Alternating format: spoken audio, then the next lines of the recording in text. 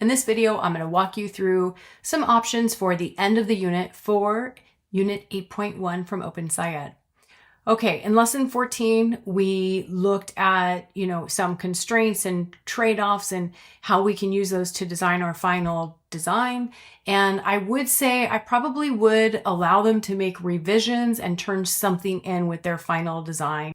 There is guidance in the teacher guide of how to put together a final design proposal, and then they're going to complete a transfer task. It's about cheerleading headgear. There are a couple of videos that you'll want to show. This can be a very dangerous sport. And of course, in your Google Drive, I'm not going to link it here. I don't want to give students access, but it's a cheerleader headgear assessment. So that is basically how to wrap up 15. And then I'm just going to go into 16 as well. There's a lot of different options in lesson 16, and it really depends on how much time you have. I mentioned at the end of the lesson 14 video that the best part of an engineering lesson is to build and test. So I will show you in the teacher prep materials, there are some resources to help you think about this. And I'm going to jump to those now. The teacher prep for lesson 15, it's all about the assessments.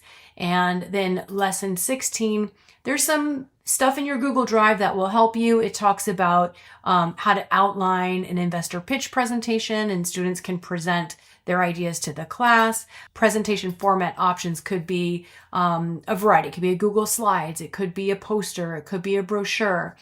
So you've got some options here. They also do suggest, if you have time, to do prototype testing conditions.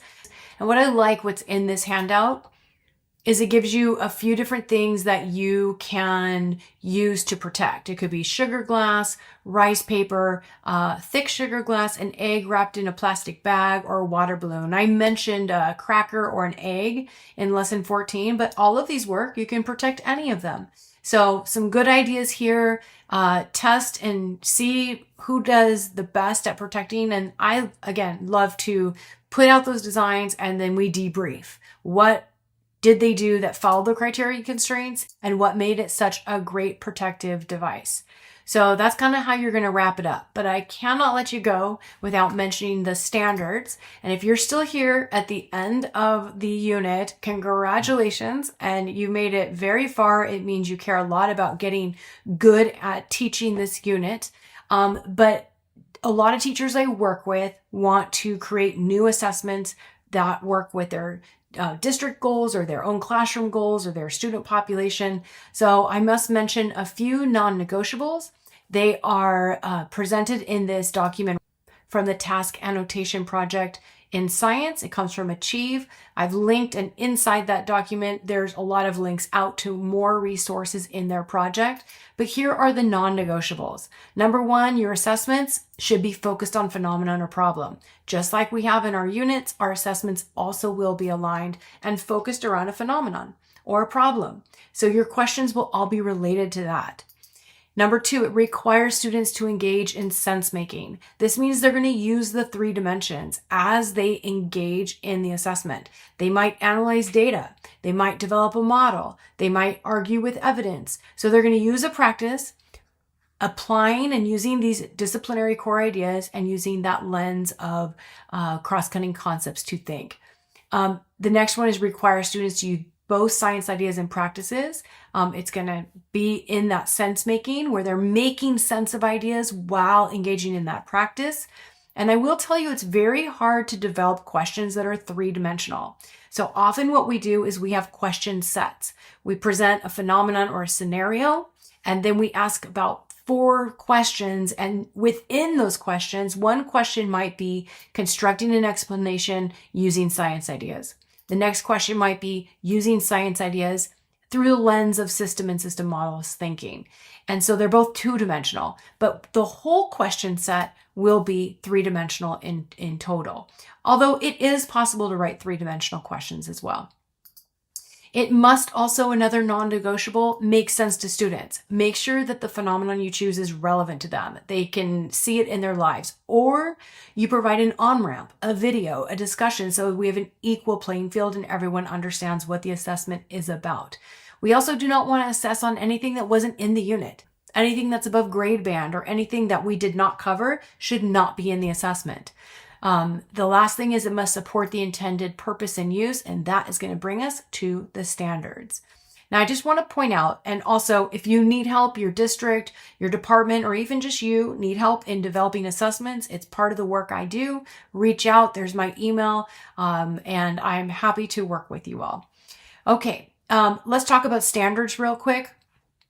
So this first one, apply Newton's third law to a design solution. We did this within the unit. A lot of these happened in that third lesson set for engineering.